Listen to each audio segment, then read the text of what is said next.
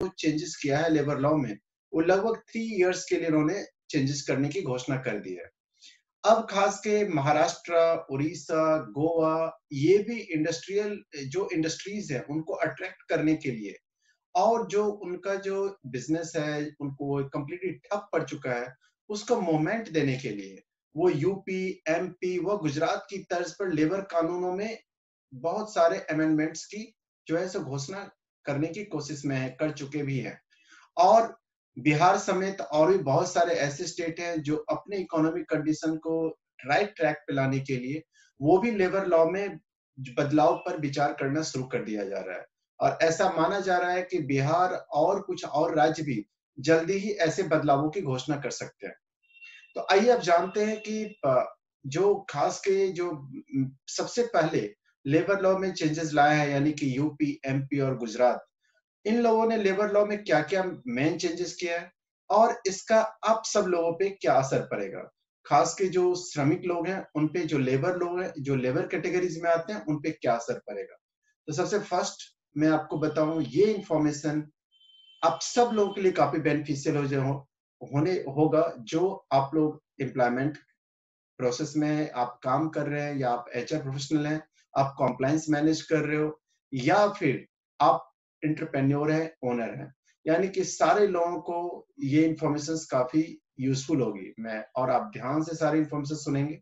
मैं कोशिश कर रहा हूँ कि जो भी अभी तक जो भी अमेंडमेंट्स है उसका अपडेट आप लोगों को कर दूं और आपको सतर्क भी करूं, जिससे आप ये जरूर जाने जो इसके बाद क्या इफेक्ट मेरी जिंदगी में आ सकता है, क्या चेंजेस आ सकती है। तो पहले स्टार्ट करते हैं सबसे फर्स्ट यूपी से। यानी कि यूपी में उत्तर प्रदेश के लेबर कानून में जो लेबर लॉ है उसमें प्राइमरी चेंजेस क्या क्या आया हुआ है। देखिए, मध्य प्रदेश के बाद उत्तर प्रदेश का जो गवर्नमेंट था 7 मई को लेबर लॉ में बहुत सारे बदलाव की घोषणा की थी। और उन्होंने जब बदलाव की घोषणा की उसमें सबसे पहला काम उनका था जो अमेंडमेंट्स के बाद यूपी में अब only building and other construction workers act 1996 ही लागू रहेगा। जो भी इंडस्ट्रीज है उसका वर्कमैन कंपनसेशन एक्ट 1923 और बंधुआ मजदूर एक्ट जो 1976 का ही पालन उनको करना पड़ेगा। उद्योगों पर अब जो पेमेंट ऑफ वेजेस एक्ट की पूरी सारे पेमेंट ऑफ वेजेस एक्ट नहीं लागू होगा। आप लोग जानते हैं जो 1936 में payment of wages act enact हुआ था, तो वो पेमेंट ऑफ वेजेस एक्ट की ओनली धारा 5 ही लागू होगा। लेबर लॉ में जो चाइल्ड लेबर या जो वुमेन लेबर के लिए जो भी एक पहले से जो प्रावधान है, जो जो भी इनेक्टमेंट किया गया उसको कंटिन्यू रखा है, उसमें कोई चेंजेस ये लोग नहीं लाए हैं। इसके अलावा लेबर लॉ के अलावा जितने सारे कानून थे वो 1000 दिन के लिए लगभग 3 साल के लिए उसको इनइफेक्टिव कर दिया गया हुआ है। मतलब बहुत ही इंपॉर्टेंट बात है। नेक्स्ट इसके बाद जो भी इंडस्ट्रियल डिस्प्यूट्स आप जानते हैं, इंडस्ट्रियल डिस्प्यूट एक्ट होता है, बहुत सारे इंडस्ट्रीज में विवाद होती है, तो वो जो इंडस्ट्रीज का जो निपटारा, जो खास के उनके व्यवसाय को जो सुरक्षा, श्रमिकों का स्वास्थ्य, वो काम करने की स्थिति संबंध कानून समाप्त हो गए। अब ट्रेड यूनियन को मान्यता देने वाला कानून भी खत्म कर दिया है। यानी कि अभी कोई भी ट्रेड यूनियन को मान्यता नया में नहीं मिलने जा रहा है। अनुबंधित श्रमिकों यानी कि जो कॉन्ट्रैक्ट लेबर है और खास के जो इमिग्रेंट लेबर है, जो आप सुनते हैं आज यूपी से, बिहार से, बंगाल से जो बाहर बाहर जाके लोग काम करते हैं, जिसको हम हिंदी में प्रवासी मजदूर बोलते हैं। आप लोग न्यूज में प्रवासी मजदूर के बारे में बहुत सारी चीजें सुनते होंगे, तो इनसे संबंधित भी कानून सारे समाप्त कर दिए गए हैं। लेबर कानून में किए गए जो भी बदलाव है नए और मौजूदा, दोनों तरह के कारोबार व उद्योगों पर ये लागू होगा, इन्होंने ऐसा ही बताया हुआ है। और जो भी इंडस्ट्रीज है उसको अगले 3 महीने तक अपने सुविधा के हिसाब से उनको शिफ्ट में काम करने की छूट दे दी गई है। यानी कि उनको उसके लिए परमिशन लेने की कोई जरूरत नहीं है, वो अपने हिसाब से शिफ्ट में काम कर सकते हैं। तो इस तरीके से इतनी सारी मेजर चेंजेस यूपी गवर्नमेंट ने लाई है। तो हम आते हैं एमपी। यानी कि एमपी मध्य प्रदेश के लेबर कानून में क्या क्या बदलाव आया है। एमपी मध्य प्रदेश की शिवराज सरकार ने भी उद्योगों को राहत और बढ़ावा देने के लिए जो सबसे पहला जो लेबर लॉ में बदलाव की घोषणा वही किए थे। और उन्होंने लगभग 1000 डे के लिए जितने सारे लेबर लॉ है उससे जो इंडस्ट्रीज है उसको छूट दे दिया है। तो इसमें क्या मेजर पॉइंट्स है इनका, वो चीज आपको समझनी है। सबसे फर्स्ट, छूट का जो 3 साल का उन्होंने छूट दिया है, इसमें केवल वो इंडस्ट्रियल डिस्प्यूट एक्ट का केवल 25 सेक्शन ही लागू करेंगे, जो अंडर सेक्शन 25 है, यानी कि जो धारा 25 है। 1000 डे का जो इनका जो एक ड्यूरेशन है, उसमें कोई भी लेबर इंस्पेक्टर कोई भी इंडस्ट्रीज को जांच नहीं करने जाएगा, मतलब जांच नहीं, तो बहुत बड़े राहत ये सारे जो है इंडस्ट्रियलिस्ट को दे रहा है। नेक्स्ट, जो भी उद्योग है उनका पंजीकरण, लाइसेंस प्रक्रिया 30 दिन जो था, पहले 30 दिन का टाइम होता था, उसका एक दिन में ऑनलाइन पूरी हो जाएगी। और जो पहले टाइम 6 से रात 12 बजे तक, 8 से 10 बजे तक का टाइम था, अब सारे दुकान 6 बजे से लेके 12 बजे रात तक हो सके, यानी कि टाइम ड्यूरेशन उन्होंने बढ़ा दिया है, फ्लेक्सिबिलिटी आवर चेंज कर दिया है। पहले 10 बजे के बाद लीगली आप कोई बिजनेस नहीं स्टार्ट कर सकते थे, अभी इन्होंने 12 बजे तक उसको खुलने का ऑप्शन दे दिया है।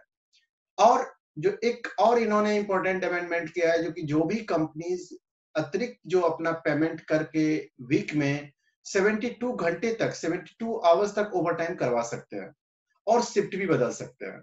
तो ये, और काम काज का हिसाब रखने के लिए जो पहले 61 रजिस्टर बनाने होते थे, अब उसमें केवल 13 रिकॉर्ड दाखिल करने होंगे, यानी कि इसको भी इन्होंने कम कर दिया हुआ है। जो अमेंडमेंट लेबर लॉ है, उसमें इंडस्ट्रीज को एक रजिस्टर रखना और एक ही रिटर्न दाखिल करने की छूट दी गई है।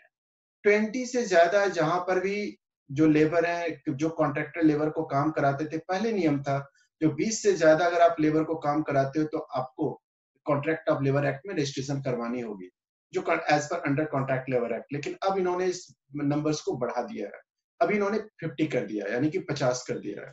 और 50 से कम जो भी लेबर है, जो कोई भी इंडस्ट्रीज या फैक्ट्री में है, तो उनको लेबर लॉ के दायरे से बाहर कर दिया गया, यानी कि 20 की जगह पे अब 50 कर दिया, यानी कि बहुत बड़ी राहत। नेक्स्ट, हर इंस्टीट्यूशंस, हर इंडस्ट्रीज अपने सुविधा हिसाब से लेबर को रखेंगे, यानी कि लेबर पर कोई भी कार्रवाई में लेबर लॉ या लेबर डिपार्टमेंट कोई इंटरफेयर नहीं करेगा। तो ये अमेंडमेंट्स एमपी ने किया है। अब इसके बाद हम आते हैं गुजरात पे। गुजरात का लेबर लॉ में क्या क्या चेंजेस आई है, ध्यान से सुनेंगे। जो लोग गुजरात में काम कर रहे हैं या जो भी एचआर प्रोफेशनल्स इन फ्यूचर में गुजरात में वर्क करना चाहते हैं या अभी फिलहाल काम करें, तो उनके लिए इंफॉर्मेशन बहुत ही यूजफुल है। एमपी और यूपी के बाद गुजरात में भी जस्ट एमपी और उत्तर प्रदेश के तर्ज पे ही 1200 दिन के लिए, मतलब 200 दिन इन्होंने बढ़ा दिया हुआ है, 1200 दिन के लिए कानूनी छूट की घोषणा की है, जो कि जो सेम लाइक सारे लोगों को लेबर लॉ का जितना है उससे राहत महसूस किया है। मतलब गुजरात में लेबर लॉ से पूरा छूट दे दिया गया है 1200 दिनों तक, यानी कि यूपी में 1000, एमपी में 1000, गुजरात में 1200 डेज। अब इसके अलावा बाकी इन्होंने क्या क्या चेंजेस किया है गुजरात में, तो वो आप देखिए। न्यू इंडस्ट्रीज के लिए उन्होंने 7 डेज में पूरा का पूरा लैंड का जो अलॉटमेंट है उसका प्रोसेस पूरा कर लिया जाएगा, ऐसा इन्होंने फिक्स किया है। जो पहले 30 दिन तक चला जाता था, अब विद इन 7 डेज कर लिया जाएगा। जो भी न्यू इंडस्ट्रीज है उसको काम शुरू करने के लिए 15 दिन के भीतर ही हर तरीके की मंजूरी दे दी जाएगी। मतलब जो भी उनको फॉर्मेलिटीज होता है, वो सारे फॉर्मेलिटी जो 15 दिन के अंदर में कर लेंगे अपना बिजनेस स्टार्ट करने के लिए। और जो न्यू इंडस्ट्रीज है उसको जो दी जाने वाली छूट है, वो जब प्रोडक्टिविटी शुरू करने के अगले दिन से 1200 दिनों तक जारी रहेगा, यानी कि 3.2 ईयर्स ऑलमोस्ट उनको राहत मिलेगी।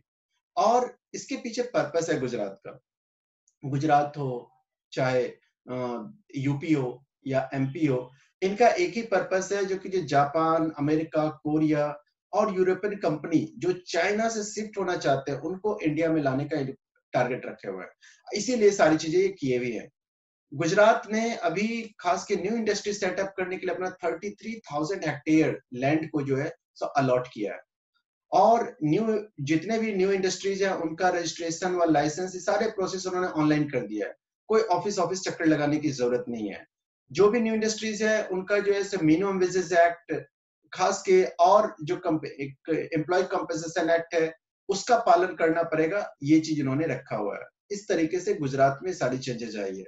देश का हम सब लोग फ्रेंड्स जानते हैं, जो कि देश की जीडीपी में गुजरात की हिस्सेदारी सबसे ज्यादा है, 7.9% है, और कुल निर्यात में भी इसका हिस्सेदारी करीब 20% है। इसलिए गुजरात अपने आप में बहुत बड़ा इंपॉर्टेंट स्टेट है हमारे कंट्री के लिए, और इसी वजह से वो भी जानते हैं इस चीज को, और अपने बहुत सारे वो फ्लेक्सिबिलिटी ला रहे हैं अट्रैक्ट करने के लिए बहुत सारे इन्वेस्टर्स को।